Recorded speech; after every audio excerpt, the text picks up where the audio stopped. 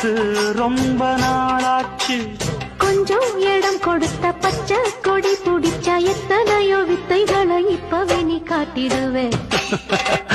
செந்தூர பாண்டிக்கொரு சோடி கிளி கூட தந்தன தந்தன் நீதான் என்ன தீண்ட தீண்ட ஏதோ ஒரு நோயாச்சு.